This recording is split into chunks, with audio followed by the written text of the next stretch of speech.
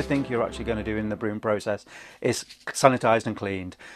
At the end of the day, you're going to either be enjoying this yourself, so you don't want to get ill from your own brew, or you're going to be giving it to family and friends, so therefore you don't want anybody coming back to you and saying, hang on, you made me ill on the what I've just drank from you. Not very good.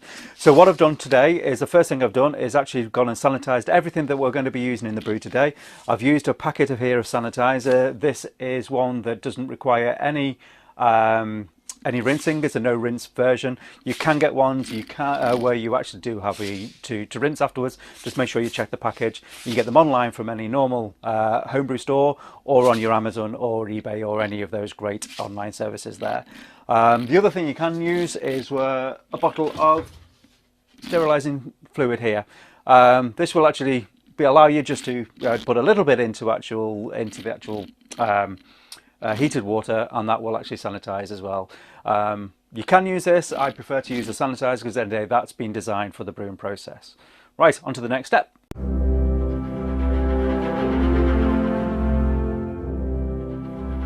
So, right, the first thing we're going to actually do now is actually start to put the products together that we're actually going to do to actually start the brew process.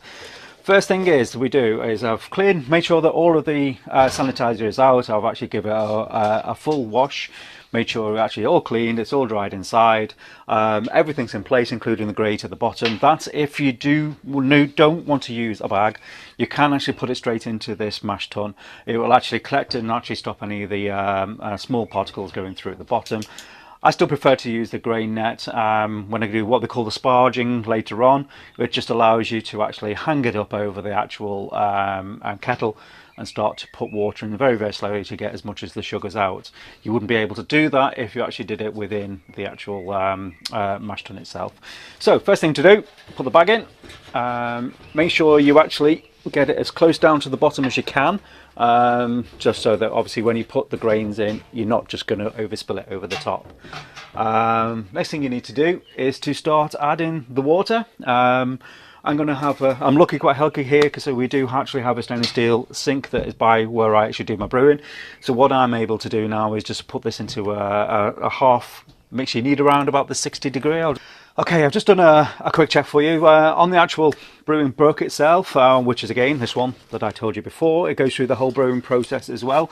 So on here it tells you when you're actually doing the mash, it needs to be above 68 degrees centigrade or 154 degrees Fahrenheit. That is to allow the process to be able to get the sugars out of the grain. At the end of it, that is what you're trying to do. You're not going to add any more sugar into this brew whatsoever. It's all going to come from the grains. That's why it's essential that you try and get that process perfectly when you're actually doing it. So what I've got to help me is a little thermostat, which again goes into the actual brew, which is a little probe against a digital thermostat. I put that in now, so it's ready to go. And then I'm going to start adding the water. Again, I'll try and get it as close as I can to the temperature when I'm going through the hot and cold water that we have here.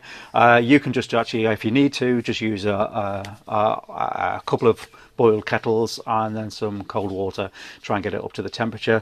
This particular unit has a thermostat control, so we can actually get it very, very close, and we can turn it on and off as it's getting close, or it should actually do it yourself. But again, with all of these type of equipment, the more you spend on it, the more you're actually going to get the benefit. This one is fairly close, but it will actually go over temperature, so I do have to keep on monitoring it. There is other kit out there which will do the full process for you without actually having to touch it. So again, it depends on how much money you want to spend and the process that you want to go through. But I like the fact that I've got full control from beginning to end all the way through this process.